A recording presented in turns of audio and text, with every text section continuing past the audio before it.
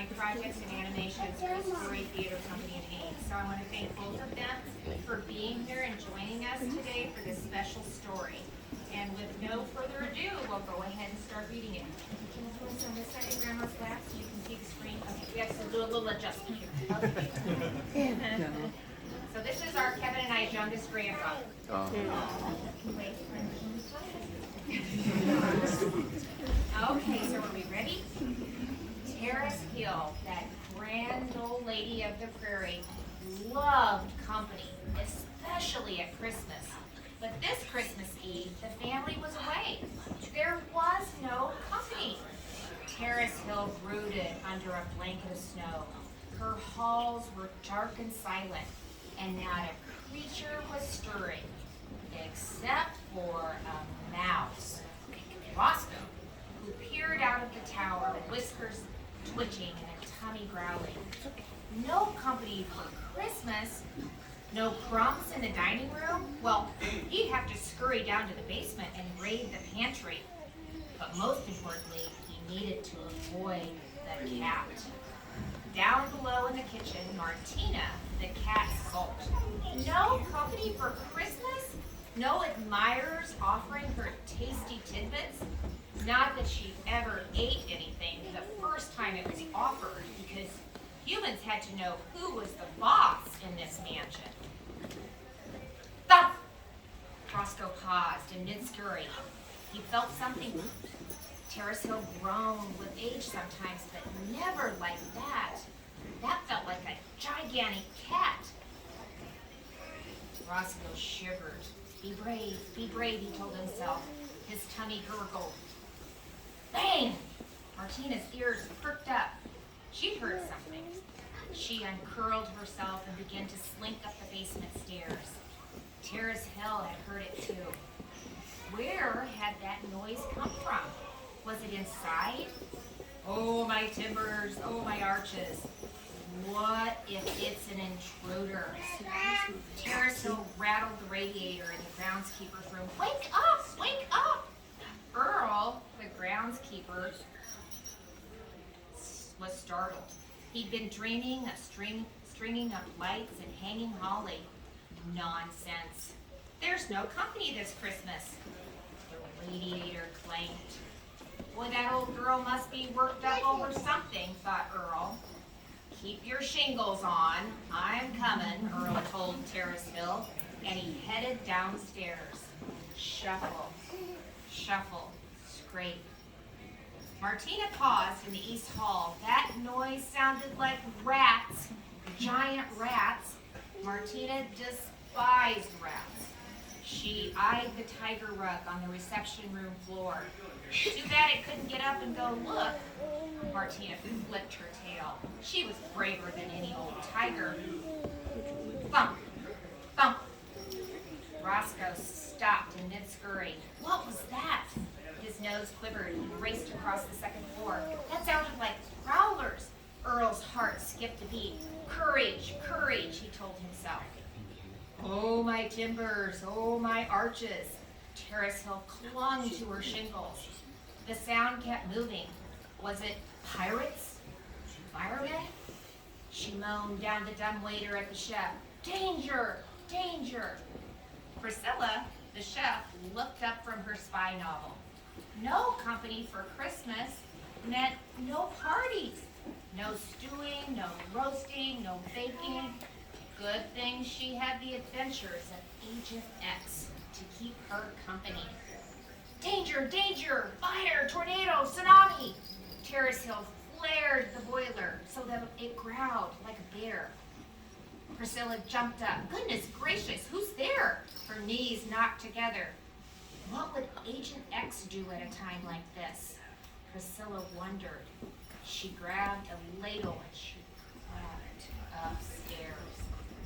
Earl hid behind a fern and he peeked into the library. It was so dark he couldn't see a thing. And Martina, she slipped past him and bounded up on top of the bookcase. Priscilla peered out of the butler's pantry. It was so dark and so quiet. Enemy agents could be anywhere. Agent X wouldn't hesitate. She'd run straight towards danger. On the count of 3, Priscilla whispered to herself. 1. Martina brushed against a vase. It wobbled. Hooligans, Earl muttered. He should call for help, but the phone was in the library with the hooligans.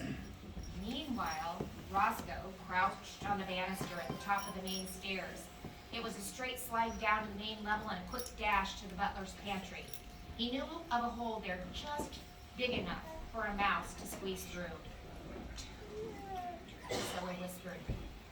The vase tipped over and water ran out. Yikes! Martina jumped. Woo! Roscoe slid down the banister. Vase fell and hit the floor with a crash. Oh, my timbers. Oh, my arches. Terrace Hill gurgled through the pipes. Danger! There's danger! There's danger in the library. 3. Priscilla sprang into the main hall. Martina panicked and tore out of the library straight into Earl. Whop! Yow!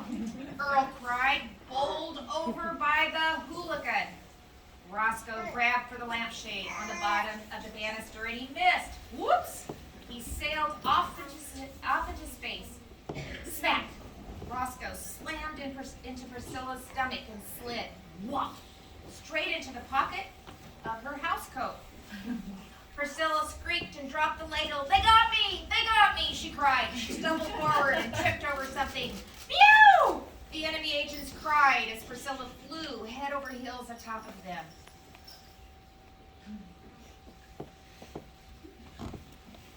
The 4 of them lay in a pile, feeling very, very silly.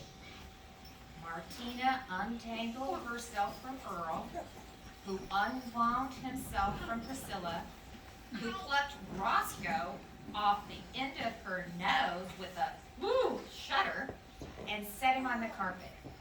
Earl and Priscilla eyed each other, straightening their nightclothes. Martina, well, she licked her paw. Roscoe picked himself up off the floor. His head was still spinning. Which way was the kitchen? It was nothing, Earl told Terrace Hill. False alarm.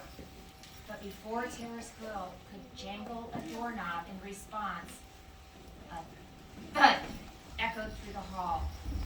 Oh, my timbers! Oh, my arches! Danger! Danger! Terrace Hill screamed down the chimney. Earl, Martina, Priscilla, and Roscoe, they all froze. There was an intruder in the mansion. It was in the parlor.